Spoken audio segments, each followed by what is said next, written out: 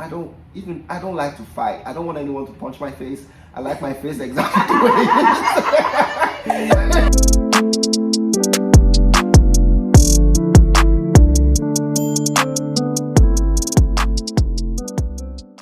Today I'm with one of my clients, Augustine.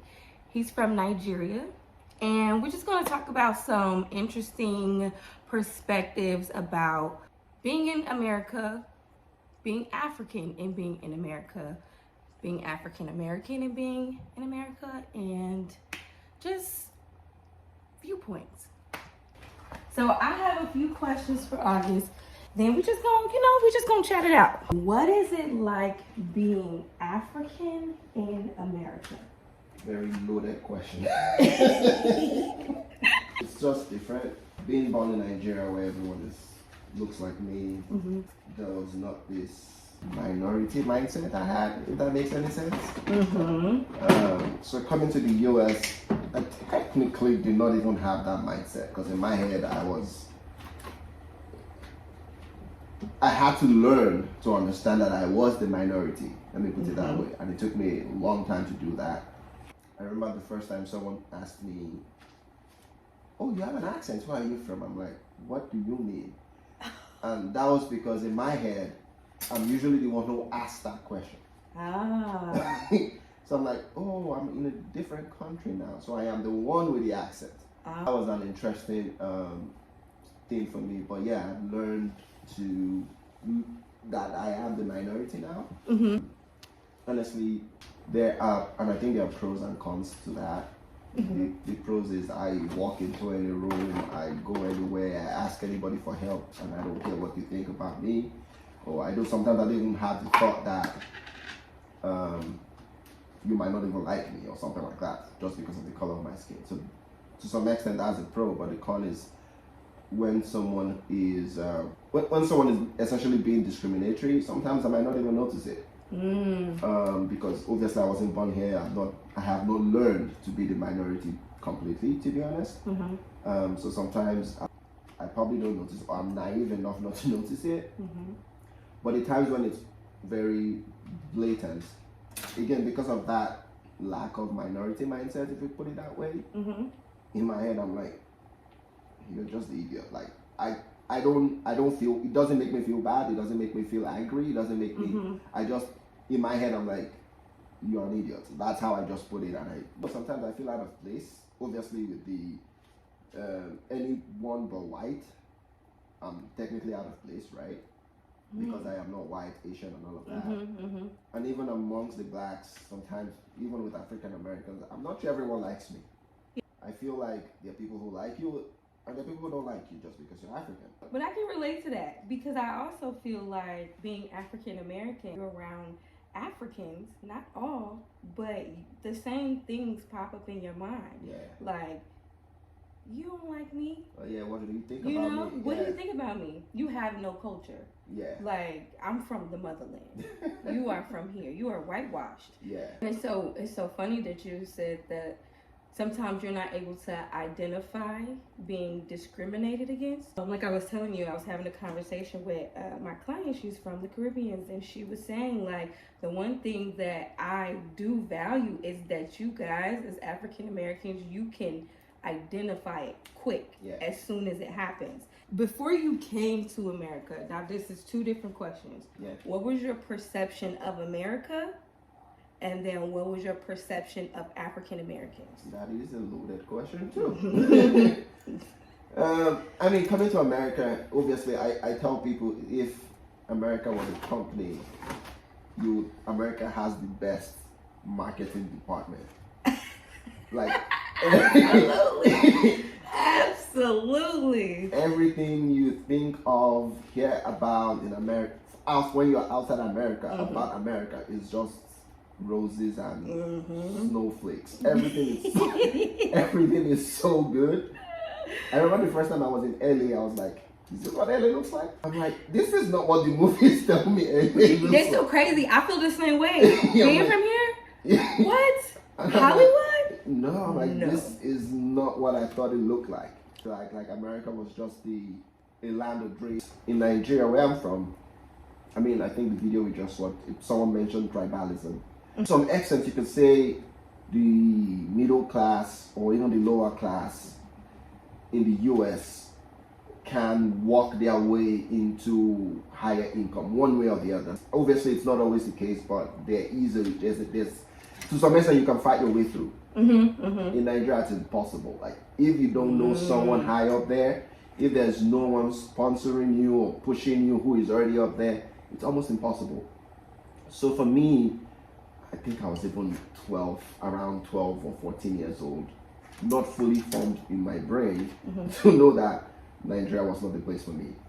I knew that I would not be able to get to where I want to get to by merit. Okay. I would have to kiss someone's, you know what? I am not an ass kisser. I'm sorry, I will tell you things as they are. That the country as a whole, the culture of the country was not conducive for my kind of person. So I knew I had to leave. You had to leave. And that was outside of that, like basic things like people mentioned in that video is electricity, water, road. Like all of these things are not there.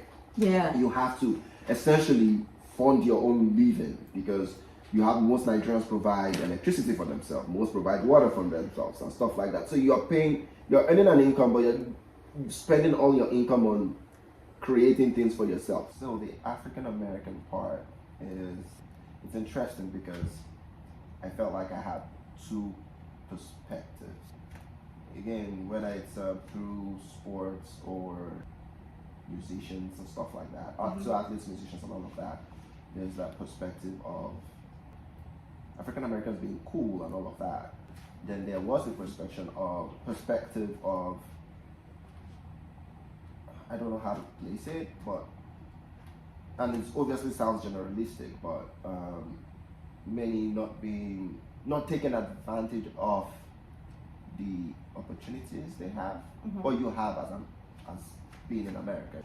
Coming from Africa, obviously, from the outside looking in, it looks like I said, everything works in our head. Like for me, being black I think that's how I should put it. Being black is used as an excuse many times, and obviously being here for 6-7 years now, it's beginning to make sense. Even though I still do not completely agree with it. I mean, all the gang violence and all of that, I'm like, why do you have to live that lifestyle? And I think it's being used as an excuse too much. So being African who is here, I see the same things, I experience the same thing, but I don't let it stop me from doing what I want to do. So why do you let it? And again, so it probably points back to my minority mindset that I mentioned earlier, where being from Nigeria, I don't have the mindset of being a minority. I'm actually just learning to understand that I am a minority. So when I see the same things that an African American probably sees, it doesn't stop me. I'm still going to do what I want to do. I can agree with that. I think it's all a mindset. A lot of people are a product of their community. When you don't have anything to look forward to. I've heard black men say they'll turn 20 and they'd be like, I didn't think I was going to make it to 20. Yeah. Because of where they're from, because of what they have to deal with, because of, they didn't have any parents to guide them. True. They were not around the people. When you are around a positive group of people, it makes you want to be that. Yeah. Even thinking about people who you look up to, even if they're not doing the right thing, but they have the things that you want. You think, okay, well, I don't have any doctors, lawyers, teachers, or anybody that I know that's doing this, so that doesn't even seem like my reality. I don't even know what that looked like, but I do see this drug dealer, and he's getting money, and he's getting the things that I've always wanted. I look up to him. Yeah. That's also an issue as well, because people don't have, like you said, that mentorship. I have moved to Chicago, and the biggest culture shock for me is because I'm from Champaign, a very mixed community. Yeah. When I went to Chicago, Southside Chicago, it was so many black people. Like, I had never been around so many people that looked like me that it was foreign to me. I felt out of place sometimes, but I also felt like super welcomed as well. Yeah. Like I felt more comfortable in places at times. I didn't have to walk in a room and be the only one that looked like me. But even at the same time, there's a huge problem within the black community. Black people also hate black people. You know, like black people are competing with black people. Exactly. You know, and so Chicago was a very eye-opening experience. Even the small things, like I would go into Walmart and I'd be like, oh my God, the workers are black, the customers are black, the cashiers, the managers, the supervisors, the general manager, like, oh my God, I've never seen this before. And that was a shock for me. I feel like it's easy to become distracted if you don't have anybody around you to show you more. Yeah. But it's not impossible. It's not impossible. It's not impossible because you do have resources. Being from here, it just is going to be harder. Yeah. Because you are black, and that's our reality. There's still a lot of racist people. Absolutely. Yeah, people still looking at you as inferior because of the color of your skin. Mm-hmm. Makes no sense to me. Absolutely. I'm like, the only reason you think you're better than me is because of the melanin content in my skin. Uh-huh. You sound very dumb to me. If you think that you're better than me because you have more money than me, arguable. If you think you're better than me because you have more degrees than me, maybe. If you think that you have a better job than me, makes sense. But because of your skin color, you are stupid. One of my classmates was Nigerian, Mm-hmm. born in Nigeria, but moved here when he was like 4 or 5 years old. Okay. So he's more or less an African American. Mm-hmm. Mm-hmm. And it was so funny to me how we were two Nigerians, but he had a different mindset. He was basically, okay, I can remember one time I was going to meet the assistant dean of the College of Business. Mm-hmm. For whatever reason. I think it was career with my resume and stuff like that. I think it was something along those lines. Mm-hmm. White man, Mm-hmm. obviously. For me, I'm like, I reached out to him. He said, he was happy to help. Beautiful. I'm going to meet him because, like I said, I will reach out to anybody. I don't care what you look like. Mm-hmm. On my way to meet the man, this boy, we run across each other, and I told him where I was going. It's like, and one of the first things he told me was, "Don't trust white people. They don't like you." Blah blah blah. And I'm like, in my head, I'm like, that is a very weird mindset to have. Mm-hmm. It might be true, but it felt weird to me. Yeah. But I'm like, I hear you, but I'm still going to where I'm going. Like he said I should come, I am going. Yeah. So, but it tells me that it's somewhat to an extent something that it's learned. Mm-hmm. Mm-hmm. And because it's learned, especially from when you're young, it will be really hard to let go of. Yeah. It can be crippling. Yeah. You know? It will be. This is not even it could be. Yeah. It's definitely crippling. In Nigeria. Yeah. Have you seen colorism in any type of way? Is there like a separation between black people depending on the tone of their skin? Is there like, do people get treated better if they're lighter or darker? No. You said no? I mean, the lightest of us is probably, I don't know, Common. Uh-huh. No, Common the rapper. And there's more problem with tribalism than colorism.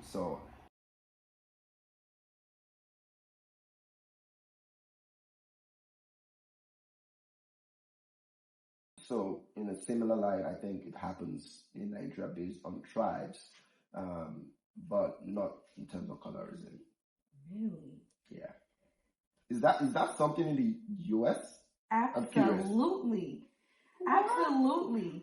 Wait, is this based on being like, for instance, for the most part, let's say most people who are light skinned here is because they're biracial. Is it because of that, or is it because when there are two black parents, but one of them just happens to have a light skinned child? Okay. Both. Do you know about the brown paper bag?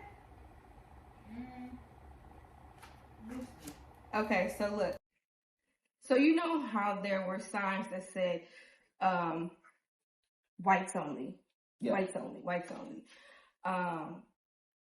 It started to begin to be a thing that divided the community. Even when you think about outside slave and inside slave. If you were light skinned, then you were able to work inside. If you were dark skinned, then you had to work outside in the heat. But the brown paper bag was like, you can only come in here if you are lighter than this brown paper bag. Oh. If you are darker than this brown paper bag, you are not welcome. And that also contributed to the separation between the Black community depending on your skin complexion. Yeah, that was intentional. That was a product of slavery. Absolutely. The overseers that came from Europe to help the folks that came over from Europe to get control of the people was to divide them by the color. Yep. Okay. And that has stuck. There's powers in numbers, you know. If the Black community could come together, it could have been so much more and can be so much more that can be done. But because of the division between colors in Black people, the community is divided. Not everyone is like this. Not everyone is affected by this, but a lot of people are. Like for a long time, I didn't know. So I consider myself dark skinned, but I didn't know. I grew up, like, my family is so many different complexions. Yeah. And even family members will treat you differently because you're darker. Even a mother will favor her light-skinned kid over her darker kids. Interesting. I've seen it happen. Not everybody, but you do have that exists, that still exists. I mean, I see it on social media where people, I watch sports and stuff like that, and people will throw shade at, say, Steph Curry, for instance, because of his light skin, because he's light skinned, or other light skinned celebrities. And for me, I just think, you know how I said in Nigeria, it's mainly as a joke? Yeah, no. So for me, I just assume, they're just making jokes or trying to be smart or funny or stuff like that. I never have looked at it from a perspective of, there is some discrimination happening here. It's deep. Even when Black people start first becoming, start being on TV, you would see more mixed race or light skinned people on TV because it was more, I'll use this loosely, appealing. That it's like, you're Black, but you ain't Black. So, yeah, like, you just enough of Black. Even guys. There's been guys that have come up to me and be like, oh my God, you are so pretty to be a dark-skinned girl. And I'd be like, what? What does that Do mean? you? And then it'll be dark-skinned guys that say it. So number one. Because, they don't know. They have no, I feel ashamed, but that this is news to me. It's so bad. And the dark-skinned guys will say that to me. And I'm like, your mom probably looked just like me. What do you think about her? And most importantly, what do you think about yourself? Do Nigerians use the N-word? Amongst themselves, I think, yes. Really? I feel like I never hear Africans be like, what up, nigga? They probably don't say it out in public. And there's a good chance they say it less in the US than they say it back home. So you hear more of things like, I don't know if this is even like a short form of the N-word, but you hear things more like my G. Okay, yeah. So, yeah. Okay. Yeah. I'm definitely gonna be like, my G. Yeah. Tell me why. Or G, look, check it out. Yeah. Like, I even have, obviously I have African American friends who sometimes will say my nigger and stuff like that. And for me, I don't want to say I don't find anything wrong with it. I don't find anything wrong.